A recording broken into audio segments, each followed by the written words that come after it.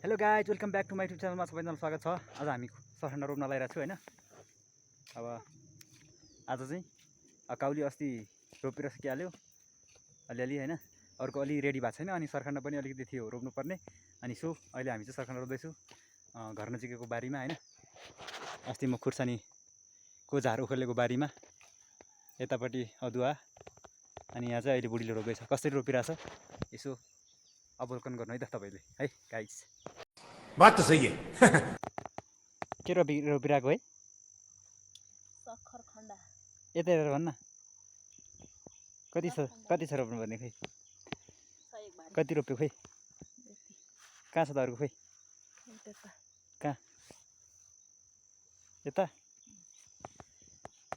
अहिले चाहिँ हामी सरखण्ड रोप्दैछ है त,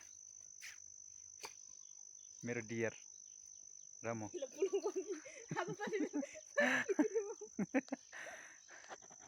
किरा छिरिदियो सुरुवालबाट, ठाउँतिर त पुगेन नि। यसरी रोप्ने हो क्या। यसमा चाहिँ पहिला कुखुराको मल छर्केर, यता छ कुखुराको मल, बाइलोर कुखुराको मल यहाँनिर छर्केर अब यसले अब कोदालोले यसो सानो कुरो गरेर हाल्दैछ। गाइज हेर्नुहोस् है त, हाम्रोतिर चाहिँ यसरी रोपिन्छ सरखण्डा होइन। अब माघे सङ्क्रान्तिमा चाहिँ निस्किन्छ ट्याक्क लाएर यो। एकादशीमा हो माघे सङ्क्रान्ति। माघे सङ्क्रान्ति एकादशी पहिला कि माघे सङ्क्रान्ति पहिला हो? एकादशी पहिला हो र, माघे सङ्क्रान्ति होइन र भने? ए हो कि अरे पहिले माघे एकादशी हो, एकादशी पछि हो कि अरे। यसरी रोपिन्छ क्या हाम्रोतिर चाहिँ, यसरी हो रोप्ने जहाँ पनि। अब खै कसरी पुर्छ त यसलाई? कतिको पुर्नुपर्छ यसलाई? हाँ, कतिको पुर्नुपर्छ भने?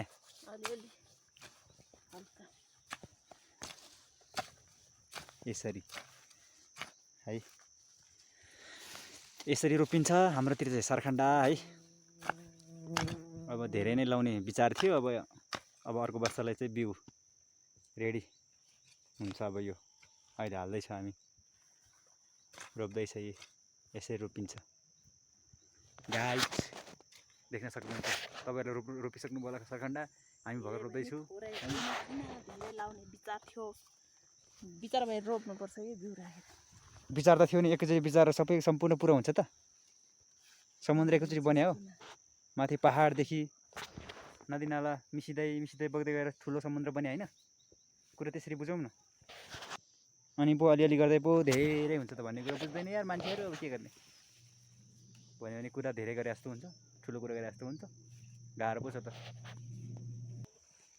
मकैबारी अब यता पारी चाहिँ माथिल्लो हाम्रो प्रेम सोल्टीले चाहिँ अब काउली लाउनलाई काँलासाला तासेर झार उखालेर रेडी गरेर राखिसकेको छ। उसको चाहिँ छिमेकीको है।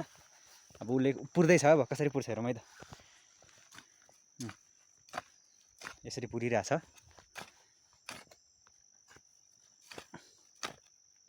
राम्रोसँग यसरी हो गर्ने। ल ठिक छ, दामीसँग रोपिरहेछ बुढीले जे होस्। गाई छ अब यो खुर्सानी यहाँ त छ मुनिपट्टि, यहाँ चाहिँ यसरी हो हाम्रोतिर रोप्ने चाहिँ। कोदालोले अब हातले रोपेर खनेर गर्नुभन्दा पहिला चाहिँ अब हातले यसरी क्या, कुखुराले यस्तो गरेर रोपिन्थ्यो। अहिले चाहिँ टेक्नोलोजिया भने जस्तै हो क्या। अहिले चाहिँ सजिलो होस् जे कुरा पनि। ल गाइस, फाइनल्ली सक्यो। अब हामीले रोपेर अब कति बज्यो अहिले? 7 बजीतिर यार। ल ठ्याक्कै 7 बज्यो। अब एकचोटि सर देखाउँछौँ हामी कति के भयो भनेर है। काम गर्दा खेतबारीको काम गर्दै अब के गर्ने गाइस। अब खेत त होइन बारी है फेरि यो। यति रोप्यो, तल्लोमा रोप्यो गर्दाखेरि के गर्ने गाइस। अब घर जाँदैछु। अब हामी घर चाहिँ फेरि टाढा होइन, यहाँ चाहिँ नजिकै हो नि फेरि, यहाँनिर हो। ल गाइस, अब आजको लागि यति नै। के कस्तो छ हेरेर सपोर्ट गरिदिनु होला मेरो भिडियोलाई। सबैले माया गरिदिनु, लाइक कमेन्ट सेयर गरिदिनु है त गाइस। ल अहिले यति नै, आगामी भ्लग फेरि ल्याउने नै छु म है। ल यति छ, तल्लोमा छ लगभग 11 जति, 11 रोप्यो हामीले है। साथी हो। ल अब म चाहिँ घरतिर लागेँ। अहिलेको लागि बाई बाई।